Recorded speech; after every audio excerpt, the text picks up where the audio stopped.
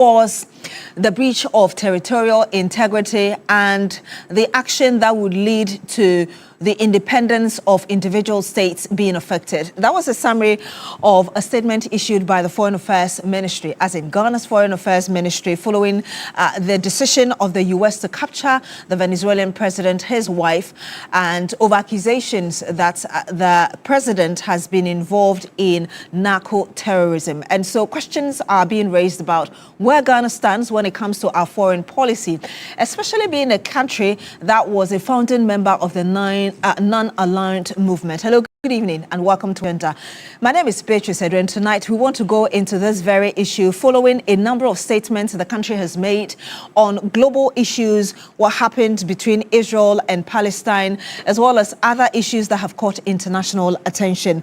I do have on the panel with me Professor Lord Mauko Yevuga, who is Director, Center for African Diplomacy and Global Engagement, also lecturer at GIMPA. He actually joins us via video call. Good evening to you, Prof. Thank you so much for joining us.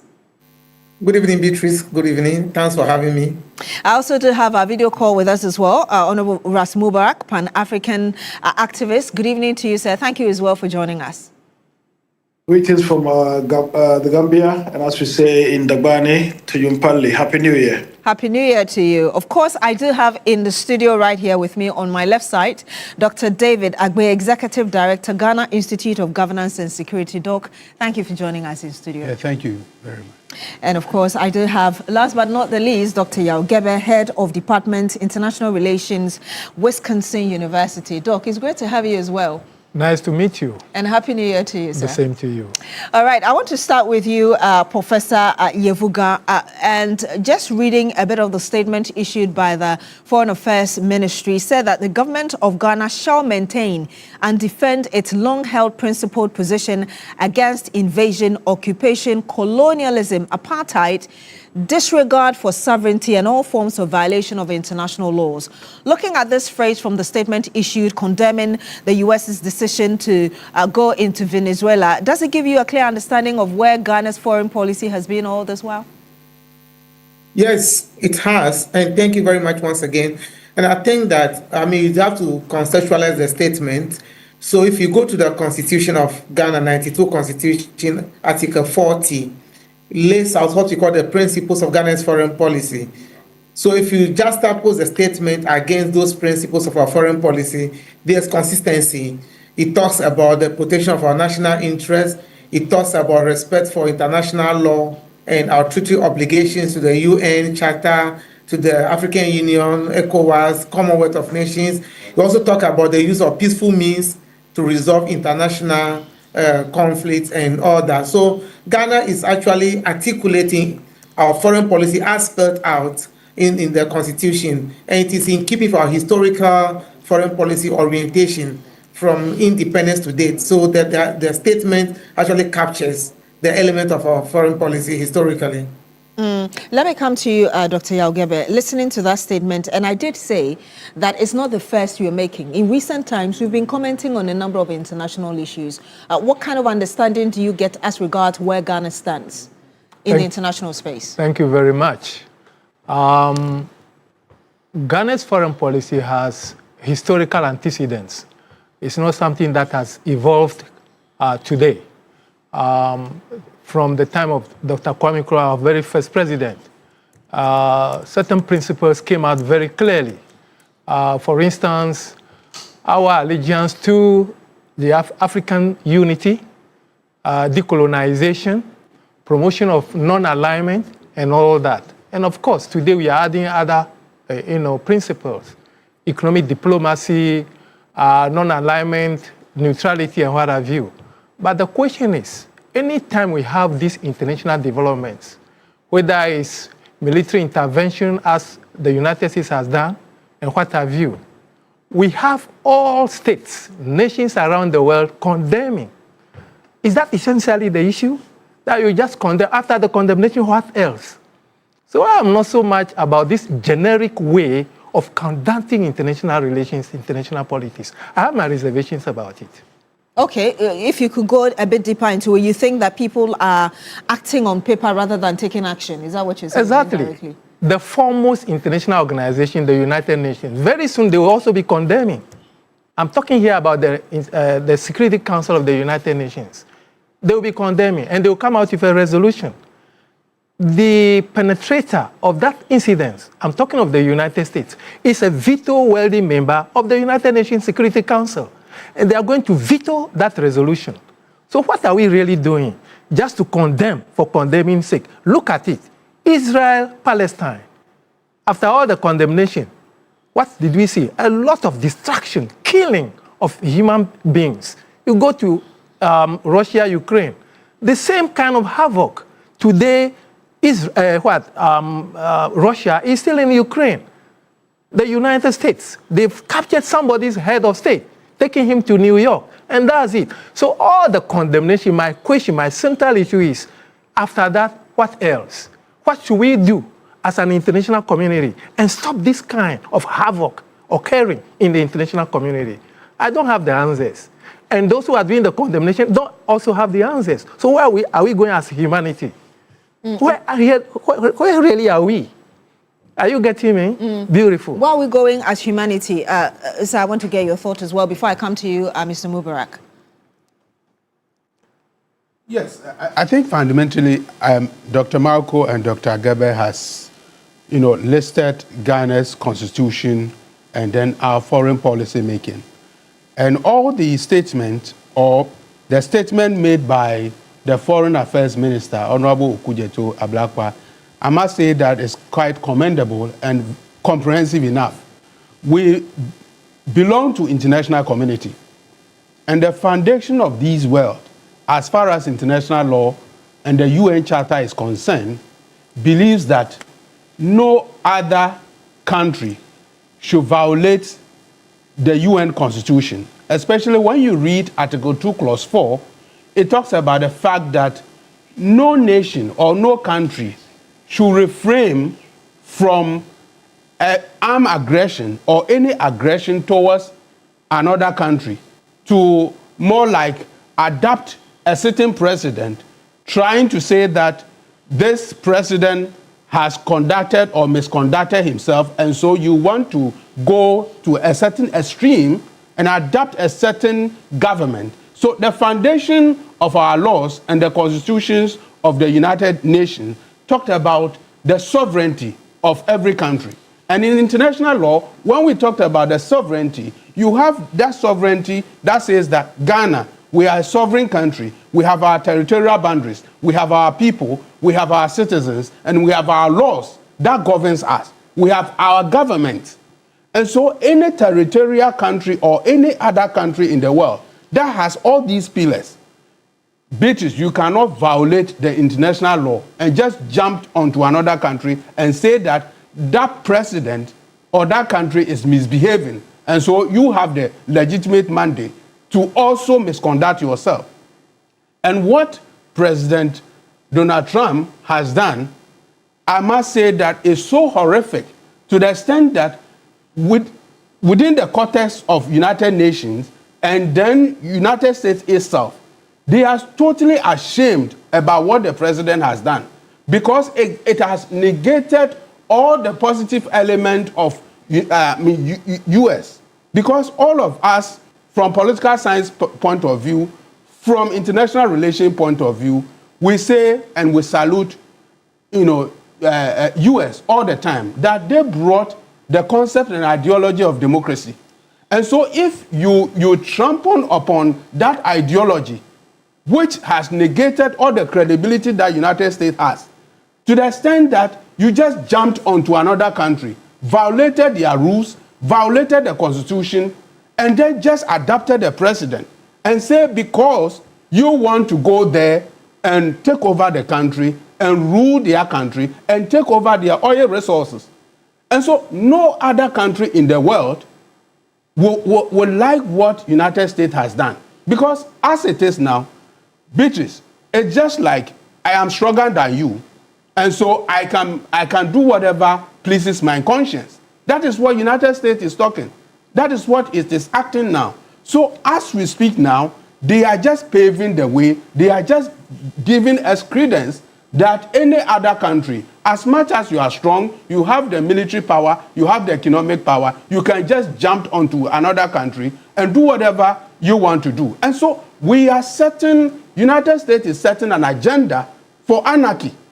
And that anarchy, when it happens, the Third World War will obviously emerge. That's the point, perhaps indirectly, Dr. Yaugebe made about the need for an institution that has been established to ensure that we don't go there, the need for that institution to step in. And you were quoting the Article 2 of the UN Charter. Yes, and Article the 4 says 4. that all members shall refrain in their international relations from the threat or use of force against the territorial integrity or political independence of any state or in any other manner inconsistent with the purposes of the United Nations. And I'm coming to you, Mr. Mubarak, on this because one of the people who's been very vociferous about this whole thing in Ghana is Professor H. Kwesi Prempeh, the man who just concluded that work on the review of the Constitution. This is the first comment he posted on his social media when a day after this happened. He said the United Nations is just a nice place of employment with great employee benefit.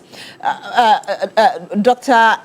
Gebe made a point earlier. Where do you stand on how perhaps the UN's inability, as it were, quote unquote, to deal with these things have fueled some of these things that we're seeing now?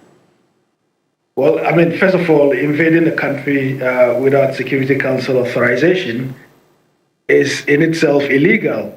Now, invading a country, abducting its president and first lady is nothing short of peak gangster imperialism. You know, and what the United States of America has done is to cross every decent red line. But I'm sure we all saw this, coming. We all saw the movement of warships closer to Venezuela. And what we haven't seen whilst the buildup was happening is, strong condemnation, is strong words from, countries around the world that, look, what you're doing would not only endanger the lives of, the people in Venezuela and those in the Western Hemisphere, but, would lead to serious consequences around the world. I mean, Venezuela is a member of OPEC. If these situations were to lead, to the rising of fuel prices, it's going to affect market women in Makola, in Kejetia, and elsewhere, within our own country. Meanwhile, we're very far, from the epicenter of this disturbance. The UN, obviously, as far as I am concerned, has outlived, its relevance. You have a situation where, a bunch of powerful people can decide that, they don't give a hoot about international law and they will do whatever they please. This is not the first time, something like this is happening. Russia has invaded, Ukraine without Security Council authorization, exactly 37 years ago, the United States of America. As a matter of fact, I think they did this, for historical consequences as well. On the 3rd of January in '89, they went into Panama, Rambo style. A man, Noriega, who had won elections, who was a man of the people, was deposed and subsequently killed. Nothing came of it. Again, you could talk about the invasion of Iraq, where we were told there were weapons of mass destruction and, they were going to deal with the axis of evil. Again, so-called, leaders of the world massed up, destroyed a country completely. Nothing came of it. You can talk about, events in Libya and so on and so forth. So the U.S., which unfortunately has conducted events in this manner, has clearly discredited the United Nations. I mean, all of us, all countries in the world are supposed, whether big or small, you could be Gambia with a population of 2.7, or Ghana with 33 million people, or Indonesia with hundreds of millions of people. You are enjoined to abide by the rules-based order. But clearly, it doesn't appear to me that the rules-based order is working, or powerful nations are interested in abiding by a charter that we have all, signed up to. I mean, you look at the statements from Europe, and you clearly throw your arms in despair. You would expect strong words from countries such as, the United Kingdom, Germany, and the rest. But they're actually literally slapping Donald Trump in the wrist and struggling to find strong words to show their abhorrence for such rogue behavior. I mean, the world cannot, entertain these kinds of things in 2026. And that is why I am strongly of the opinion that Africa should be drawing serious lessons, working together, building a standalone army, and making sure that we take care of our own, because clearly there's no country in Africa that has nuclear weapons. And the insurance to bullying around the world is having weapons of mass destruction.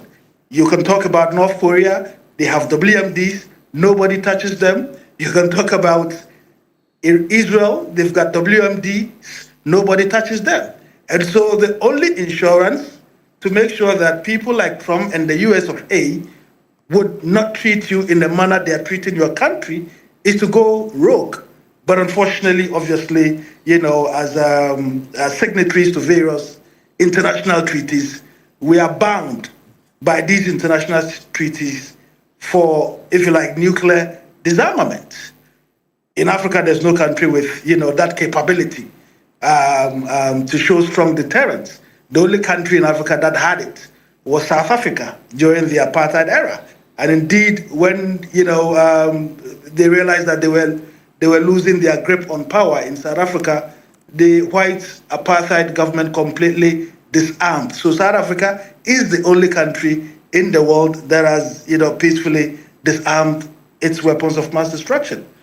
For the rest of them, they want to do whatever they want. They want to invade other people's countries. There's talk about running Venezuela. Can you imagine that a country that has all of these while, projected itself as a respecter of the rule of law, all of a sudden does not respect the rule of law? And so the question earlier was about, and we had Dr. Yaugebe saying that beyond condemnation, there should be some sort of action. How do you see that happening, especially when you expect the UN to lead in this? Well, I'm a realist. I'm very pragmatic. What can the other countries of the world possibly do? Everyone is, thinking about their economic situations and the implications of the ire, of the anger of the United States of America. Can Ghana impose sanctions on the US of A?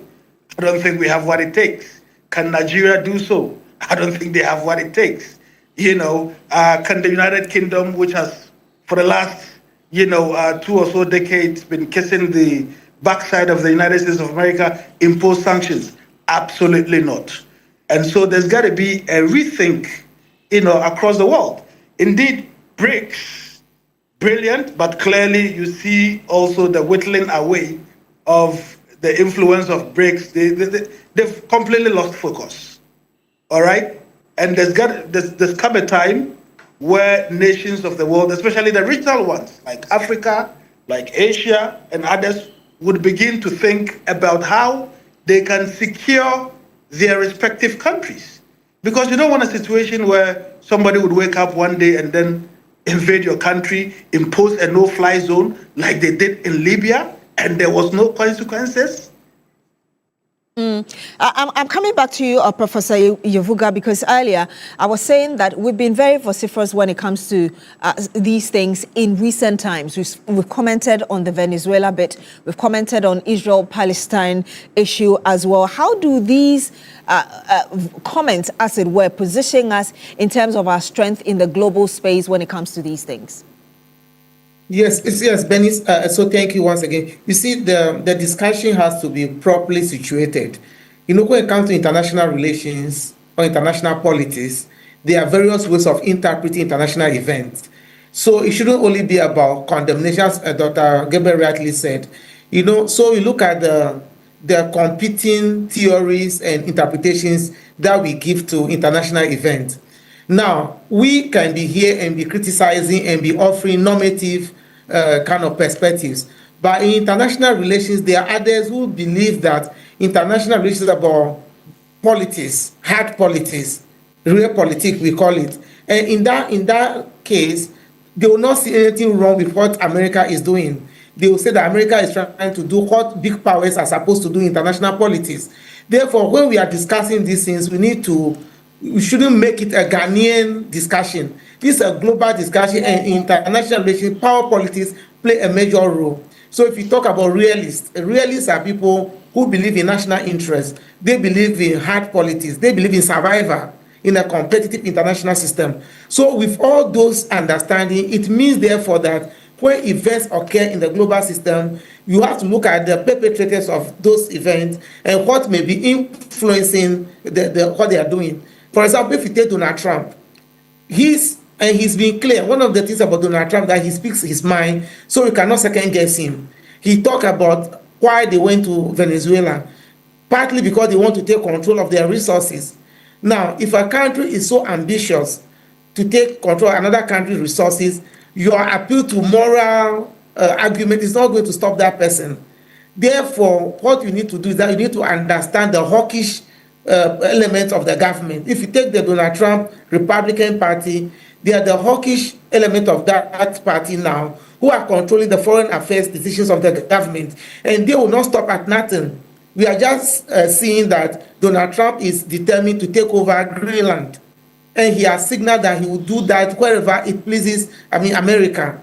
Therefore, we need to now sit up and be aware that international politics is not only about moral appeals.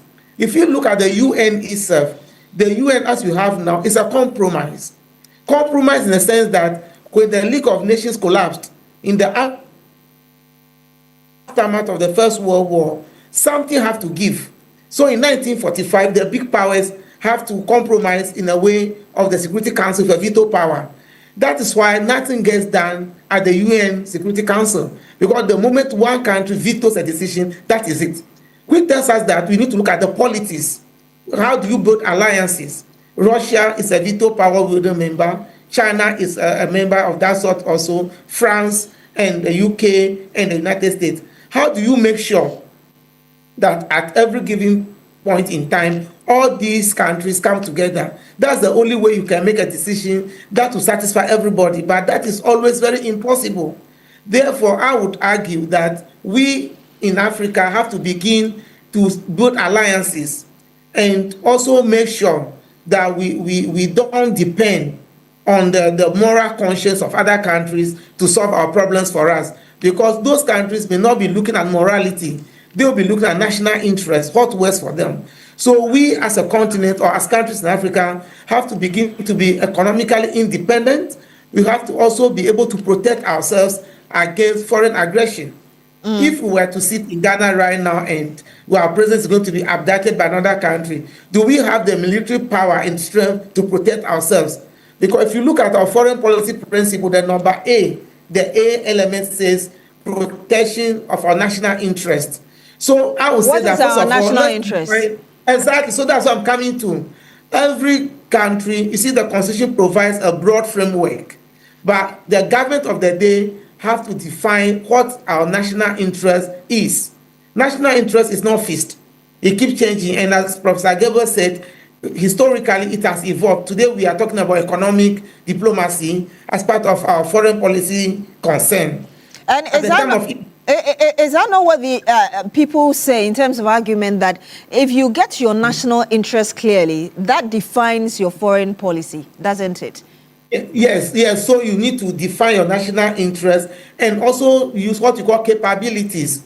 You see, it is not enough to define your national interest. So let's say your national interest is to protect yourself against foreign aggression. How are you going to achieve that? You can only achieve that if you have the military or economic resources to defend yourself.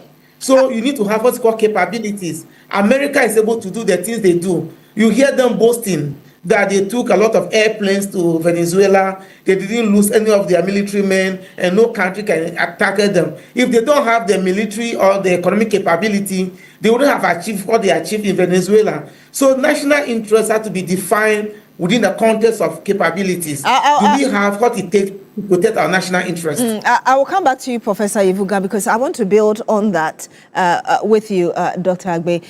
Because again, you have your national interest that helps you to define your foreign policy. Is that not why people think that we may not really be straightforward with our foreign policy, although Professor Yevuga disagrees with that? Because then you have the non-aligned movement that I talked about earlier. You had Professor Mill saying Zulfi Assem during the 2010-2011 Ivory Coast crisis. And now you're having a government that seems to be very vociferous, talking about what is spelled out in international law and even the UN Charter. Yes, for me, I don't see any contradiction as far as the statement from the Ministry of Foreign Affairs is concerned. It's quite comprehensive. It touches on the UN Charter that we almost 194 countries are signed on to the UN Charter that regulates all the institutions, that regulates all international bodies as well as nations. And that is the foundation of international law and international relations. So when you looked at the statement and you read the statement carefully, it talks about the sovereignty of Venezuela. It talks about the territorial boundaries of Venezuela. I mean, among every country in this world, we all have sovereignty. Without sovereignty, every state will become more like a jungle. And so it is sovereignty and territorial boundaries that confines us such that no aggressor will just wake up one day and come and attack Ghana because of our sovereignty. And so when it comes to that point, then Ghana has a self-defense. In the case of United States, as we are talking about, they violated all rules that governs international norms and international diplomacy. Nobody invited them. President Nicolas Maduro never consented to him to come and support him in terms of anything. Venezuela has never attacked United States of America. And more to the point, the United States of America was not under any aggression at all. That was the point in terms of, you said Ghana can defend itself because of these things that we've put out. Yeah. But you heard Professor Yevuga say that you need that economic and all the other resources to be able to even protect what you believe in. Precisely so. And in this world, you need to have two key things. You need to have the military power. You need to have economic power. Those are the things that when you have it and you have it very well, it can secure your territorial boundary. Where most countries, smaller countries, that's why we have major powers of the world and we have smaller countries or middle-level countries in the world. And what is manifesting in Venezuela as against United States is purely what we call great power politics. Great power politics in the sense that Donald Trump has realized, the genesis of the whole thing is that Donald Trump has realized that Venezuela president has signed a comprehensive energy, program with China, which Venezuela is almost going to export 60% of their oil resources to China, and which will affect the Western Hemisphere in terms of what Donald Trump and America want to do. So as we speak now, Venezuela has almost 17% of oil resources in the world, more than Saudi Arabia. Now they are only mining almost about 1%. And so signing an agreement with America's main competitor in the world politics now, with China, which Venezuela is going to export 60%, that provoked President Donald Trump to say that, no, I will not allow somebody within the Western Hemisphere, within my territory, somebody will come and just carry almost 60% of the oil resources. In other words, the narco-terrorism is just a facade. Or it was just a facade. That is what United States believes in. At any point in time, they have a strategy to put a false charge on other countries to say that this is what you are a bad boy, you are a bad girl, and so we need to deal for you. As we speak now, I mean, with the emergence of Donald Trump, he has threatened almost many countries. Now Greenland, Cuba is there, Colombia is there. Which other country? Even Canada. He started with Canada, threatening almost other countries. So you could realize that, yes, the hegemonic power of United States is what is so phenomenal. And they are just using it such that it will amass United States, world power, which within international context of politics, what they are doing, they are damaging their own credibility. To the extent that as we speak now, United States image is just dwindling. So when it happens like that, China will obviously emerge. Russia will also emerge. As we speak now, the world is competing. 3 countries, United States, China, Russia, they are competing. And that's why we call it great power politics. Great power in a sense that these countries are competing as to who is to lead in the next future. Indeed. And that is why he's so aggressive to the extent that he wants to capture many oil resources so that the world politics of dollar petrol will not negate American currency. And that is what Donald Trump is doing. And indeed, when we come back, we'll look at that global geopolitics change and really go into that conversation about what Africa needs to do and ensure that the countries within the continent are positioned well. Do stay with us.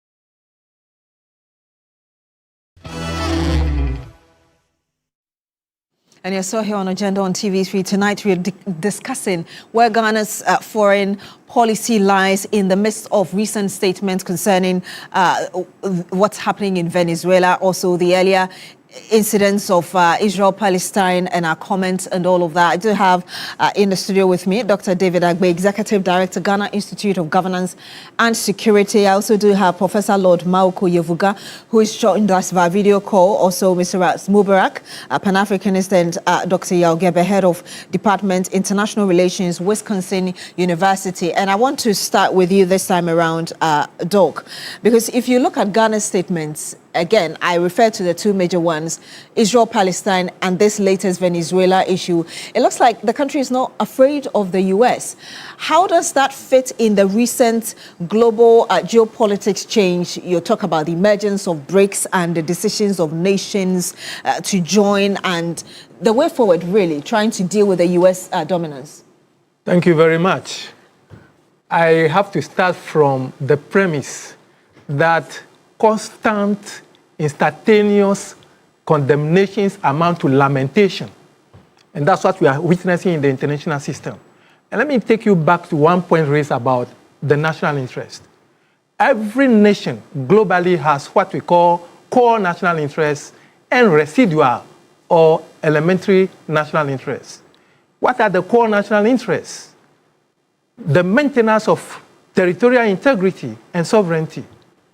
And these are out there for every nation, government, leader to promote and protect. But unfortunately for the international system, we have the big powers and the small powers. There is no way Ghana can be able to, that capability to protect itself against such things that we are seeing today, against the United States, against France, and what have you. So these kind of normative assumptions as if we can actually use them to promote the integrity of the international system is unfounded. Because the big powers do the things they want to do. After all, the United States belongs to the United Nations. Almost every other nation, Africa, Asia, Europe, count them, Latin America, they belong to the United Nations. They've all condemned what the United States have done. But what is the issue involved for me is the resolution.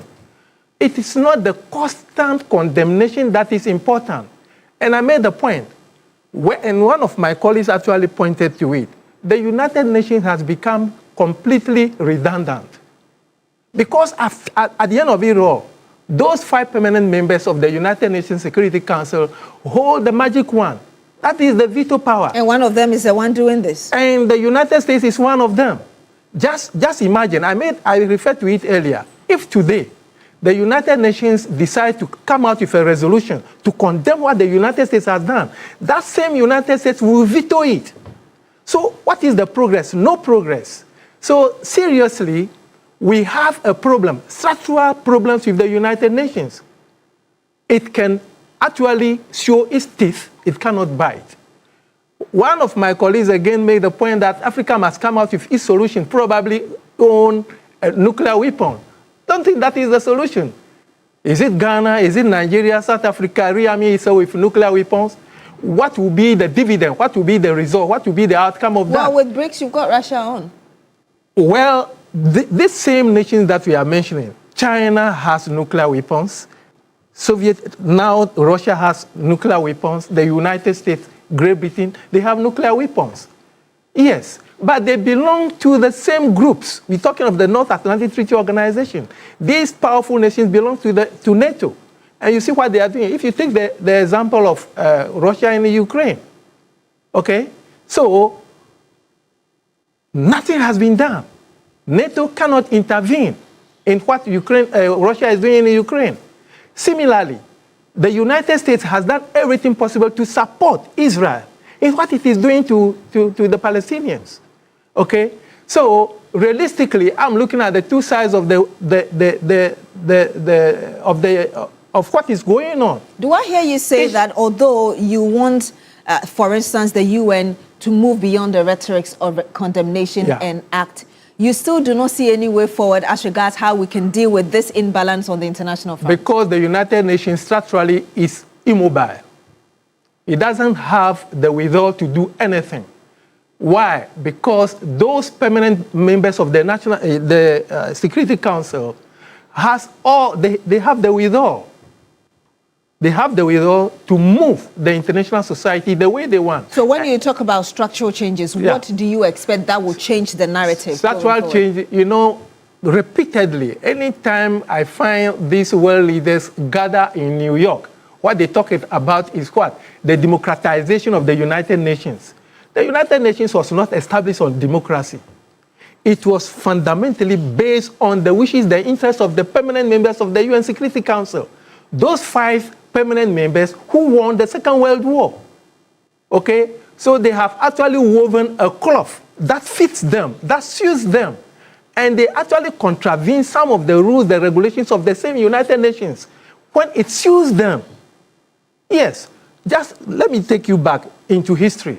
It was the same United States, 1989-90, decided that what Saddam Hussein was doing against Kuwait was illegal, unacceptable, contravening the sovereignty of another state. Therefore, with the support of the United Nations, decided to remove Saddam Hussein from Kuwait. Okay? Today, let's ask ourselves, is there any member of the United Nations willing and able to restore democracy to Venezuela? Tell the United States, go and restore Maduro to his position as the president of Venezuela. It's not possible. So there is this kind of double standards going on within the United Nations. So, well, we will talk a whole lot about normatives, the norms, the principles that underpin the United Nations. But hard politics says otherwise. And it is becoming so difficult for us to resolve these problems. And I made the point that constant condemnation, which I have classified as lamentations, will not solve the problem. Even tomorrow, next tomorrow, the same things will happen again. And all that, look, Ghana has done so well to condemn what the United States has done. And so what? What is the result? What is the benefit for us as a country beyond the condemnation? What do you expect Nothing. Ghana to do beyond the condemnation? So, you see, foreign policy is such that even if you keep quiet, it's foreign policy. Yes. I would have expected Ghana to be just quiet on this issue. Why? Because if we are not careful, the political, financial, economic ramifications for our nation, for our state, will be different. Things that we don't expect. You see, it's not everything that you have to comment on. That's also foreign policy. So everything that occurs in the international system, before we realize, we are speaking, we are talking, so that they identify us as what? Progressive? There are those who argue that... This is the only point that I would strongly disagree with my own professor. In a sense that Can I land on this issue? Can I land? Since I'm stopping, okay, can I land? Land quickly and I'll come back to you for your reaction. The point is this. It's not just the condemnation. Once in a while, look at your own circumstance. As a country, as a nation, what can we do? After all the condemnation, next time you are going to the same United States for financial support. There are those who argue that perhaps Ghana may be talking this way because the country is looking at other avenues like China and other Asian countries to do business. But you are yet to go there. You are yet to go there. You are going back to the same United States tomorrow for financial assistance. You are going back to the same United States for other kind of technical assistance. So once, and I made the point again, there are nations, very important big powers in this world, who rarely talk on every international issue because with foreign policy, even silence is acceptable. But that's condoning the wrong thing. Not that you are condoning. Not that you are condemning. You are looking at your own. Your national interest is first and foremost. Territorial integrity, sovereignty. You haven't established your national interest. We have, and I have just told you, core national interest, and then what? Residual national interest. The core national interest, your sovereignty and your territorial interest, these are the core national interests. So far as you are able to preserve them, the next thing is about economic development. But to come out every time to be condemning, to be lamenting, I don't see the fruitfulness of it. That's my reservation. Dr. Agbe, you wanted to comment, then I'll come back to you, Mr. Mubarak and Prof. This is the point of divergence that I will actually contradict my own professor who taught me in international relations, based on the fact that, as we speak now, within the geopolitics of West Africa, Ghana is the only strong ally of United States of America. And so if a critical issue like this emerge where United States has invaded another country's territorial boundary, more like circumvent their constitution, circumvent their territorial control, and more like condemn now the sovereignty of Venezuela is more like mortgage or conditional to United States of America. When it happens like that, and Ghana and other countries, we do not talk about it, the next moment we will go and crash another country Look at what the incident that happened in Nigeria recently. What happened? Donald Trump crushed some of the Boko Haram, people in consent with, Nigeria, in consent. But in this case, what crime has Venezuela, committed? They've not committed any Our dear crime. hostess, let me just counter the point he's made because it's very important. Look, people in Venezuela today are on the street jubilating. It is very few. You listen. Very few. People, yes, but they are. The opposition leader is saying that she's going back to Venezuela to canvass democratically for re-election. But you've also had the vice president who has been sworn in now as the president condemned. Yes, so she has been cautioned. I am making a point because of the Nigerian issue he has just made. It is the same Nigeria who has condoned that Donald Trump comes into the country to help them, to stop Boko Haram and those other people from destroying the country. I'm coming back to you, Mr. Mubarak. I'm coming back to you because you made a point earlier about the need for Africa to come together to be able to help in the shift of the global geopolitics. Dr. Yaugebe doesn't seem to be very optimistic about that. How do you think that can be made possible, really? Especially when you made a point earlier that Ghana on its own cannot do much. Well, I mean, to begin with, these events are quite instructive, but we shouldn't be surprised. Why? Who pays the piper calls the tune. How much does the United States of America contribute to the budget of the United Nations? 22% is the highest, contributor to, the budget of the UN. So who in the UN can possibly? And under Trump, you've seen instances where he's threatened that they are going to withhold UN funding. I mean, the closest to the US in terms of funding of the UN is China, which is 20%, followed by Japan, 6%, Germany, 6%, UK, 3%. All right? And so it is exceedingly important that the scales, the balance of power is heavily tilted against weaker nations. And the bigger nations would do what they want to do anyway. Nobody can do anything about it. Nobody can so moto sanction the United States of America. Nobody can sanction, Europe has sanctioned, Russia, but that's something entirely different. In terms of our part of the world, what powers do we seriously wield, to be able to say, look. So the battle is lost even before we start? Absolutely, because the funding is coming from the US, and that is why I would, encourage the African continent to focus on what we can do strategically, in the best interest of the continent of Africa. I'm not saying we should tilt far away towards, one,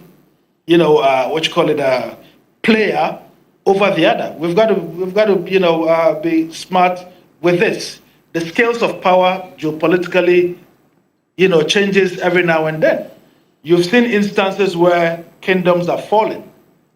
Russia is on the decline. It may have a nuclear, capability, etc., but its economy, as a result of the sanctions, is in tatters. Do you tilt too far towards Russia? I say that would be foolhardy. Do you also tilt too far towards the United States of America? I say that would be foolhardy, because the US would not be a superpower forever. You can go down in history, Roman Empire, even in Africa, Mali Empire, Songhai Empire, etc. So there's going to come a time when there's dominance, geopolitically, by the United States of America would wane. There's going to come a time. As to when, I don't know. But they're going to lose relevance some way, somehow. And that is why it has become important for Africa to, balance. We are not enemies of the US, but we are not, entirely your friends. We are not enemies of Russia and China, but we are not entirely your friends. So, Mr. Mubarak, then the question is... Ghana has played this role very smartly over the years, from Nkrumah's era till date. I've seen some other African countries who have tilted either too far away to the left or too far away to the right. And I say that is dangerous, for countries in Africa, especially given that we haven't gotten our act together to be able to manage our own economies properly. We've got everything in this African continent. And that is why there's got to be a reset in the way we do things in Africa. One, we've got to strengthen regional integration, align closely to one another. All these, nonsensical visa restrictions for Africans is inhibiting trade amongst ourselves. Trade is the future for Africa. If we're not trading a lot more amongst ourselves, these superpowers would continue to take us for a ride. Dr. Yalgebe made a point earlier about we being silent because you need to consider what's in your pocket before you go out talking.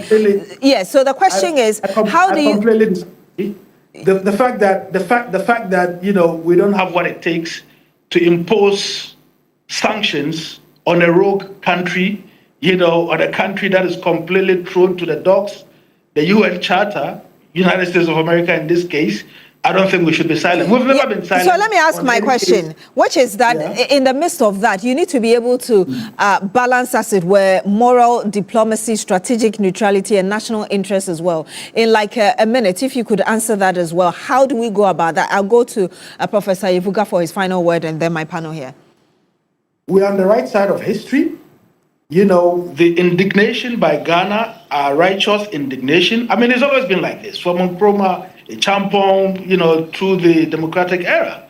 We've always strongly, condemned bad behavior by, leading or, if you like, superpowers. When Russia invaded Ukraine, the Nanado administration condemned them. The Mahama administration has condemned the rogue behavior of Israel and now the United States of America. That is the way we've always conducted our foreign relations. And I think that is positive. The fact that we do not have what it takes to say, look, we don't even want to deal with you because of your bad behavior, does not mean we shouldn't call out bad behavior. So that is positive. But I'm saying key to Africa becoming independent, not relying heavily on either the East or the West. And if you could wrap up for me, Mr. Mubarak, I'm sorry. It's for us to put our act together, build more infrastructure, strengthen, regional bodies, strengthen the African Union. Clearly, the AU is not doing a lot of things right. I mean, you would expect that by now, a standing army would have gone into Mali and Niger and Nigeria, crashed, the insurgents in these places. All right, I need to come to Professor Yevuga, but let me read just a couple of your messages. Kankam Kenneth on Facebook says, Abraham who jeopardizing the future of the youth in this country. It is needless to concern the actions of USA in this country, of USA, because we don't have that capacity.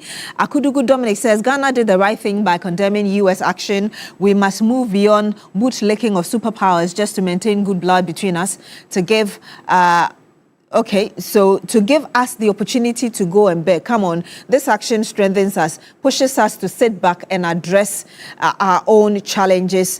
There is Chat Rachel on YouTube says, yes, Dr. Gebe, US to some extent is state-centric, which comprises, I can't really get that, but you say military power, economic power, 100%.